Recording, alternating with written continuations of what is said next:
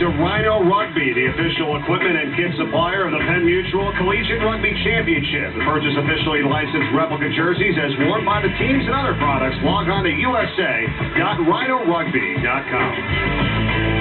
Hey, you got to take right through the middle. You guys got to work. Tuna, you've got to get connected, right? We know it's coming back into it. I can't see that much of a gap there. We've got to be tighter through the middle, which means what? You're going to have to dig down and work for me. We're 7 minutes away. Gary doesn't going to get done. We're going to have to work. You're going to have to dig down. Well, you talked about it, Brian. Head coach David Fee and Notre Dame fired up. They have a 19-5 advantage that they've taken to the second half, which is now underway here in the 6th annual Penn Mutual Collegiate Rugby Championship. Mike Moore, Brian Hightower, Tracy Wilson. Great job by Danny Shackman to get things going for Boston College. In my opinion, Boston College needs to play a little bit more confrontational. Just get up in the faces of these Notre Dame players and work some offloads. They got some big guys who can ramble. Well, they've had a couple of errors, especially on the line-out, that's resulted in a couple of turnovers here in this one. Now it's Connor Shaw. His jersey grabbed and taken down. Turnover good.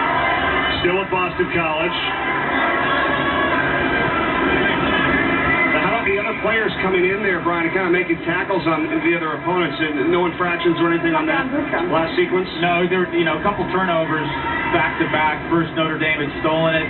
Turnover was fair. You could hear the referee, Liam Bernard, really talking the players through the contact area. Boston College then won the ball back again, but a passing error. And it's that thing about playing multiple games in a day. This is the 3rd game that these two teams have played.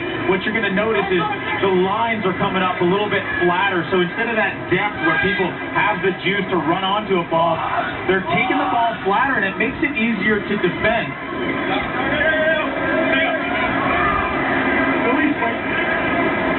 Notre Dame, Sean O'Leary tackled down, but they get it back out from Pat McMahon.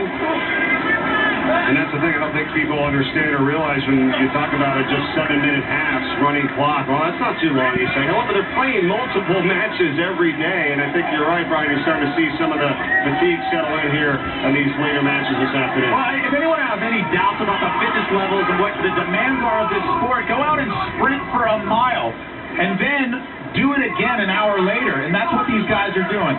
They got to sprint.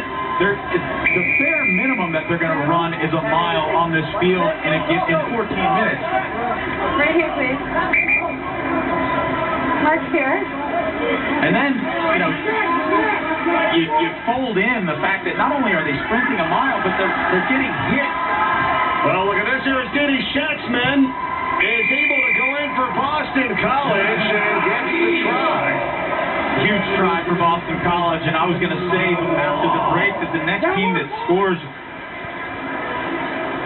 it's really important, especially for BC if they want to dig themselves back in. Right here, please. So it goes back, a quick tap penalty. I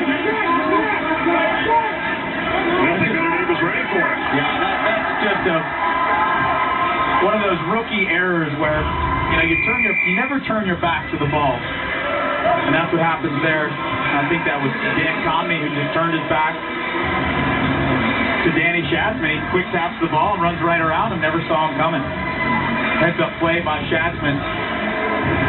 BC still got to score twice, though, because they've missed both conversions. And they turned the tables.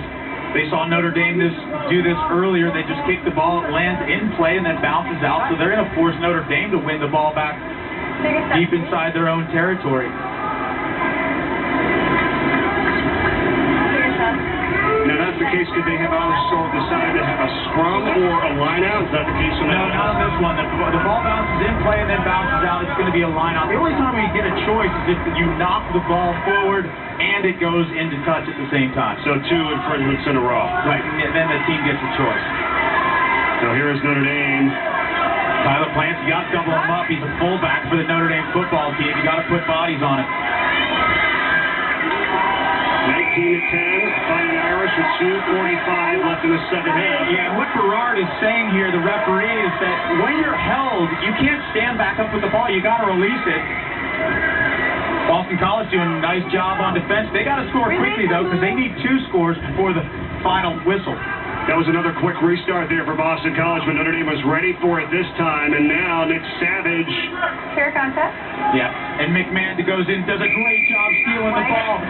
You can see that out on the wing, support was there, and Boston College was waiting for the pass instead. You got to anticipate that you're going to be needed in the ruck. And instead, it's a turnover. Notre Dame enjoying slowing the game down right now. Good look at the captain, Luke Joseph. And on the restart, when it's your kick, able to knock it into touch like that to advance the ball and move up your field position a little bit, but you have a line out here to get back in. Thank you.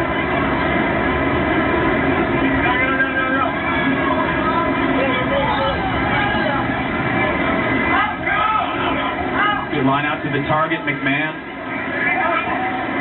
Notice Boston College comes up, slams that gate shut. When the defense comes up and blitzes on you that hard, you got to be able to work the ball back to the near side.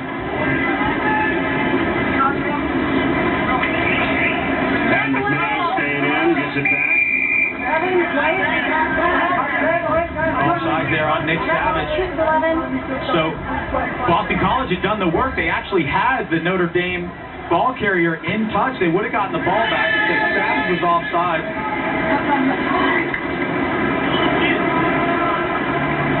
And the wind blows kindly for Notre Dame.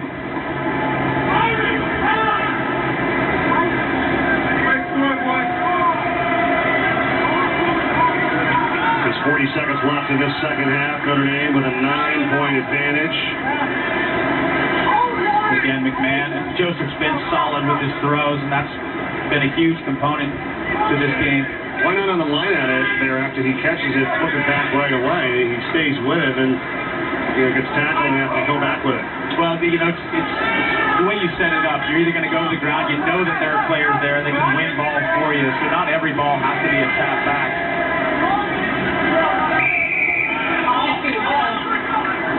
And Boston College, they're just going to run out of time in this game. As running with it is Schatzman, who does have 1 try in this match for Joey D'Antonio.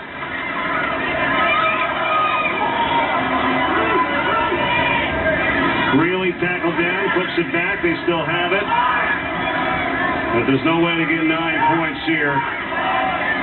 5 for the try, 2 for the conversion, and Notre Dame's going to win their first match of the tournament here in Pool A. Well, it's this desperation that they're playing with now. That's what they've missed the entire game. Boston College showing how capable they are to keep the ball in hand and be creative. It's just that it's too little too late for them. William Hawk getting the exclamation point on a great worked try by Boston College, but again, where was that when they needed it most? And Notre Dame is going to get their first win of the tournament. Willie Hawk, as you said, the freshman, gets the try for 5 points. And a little blood there. Let's see what it takes to be a rugby player. That's going to happen. And Notre Dame, excellent effort to come up with the win. They will do the conversion for the 2 points. It's a Notre Dame victory in this one.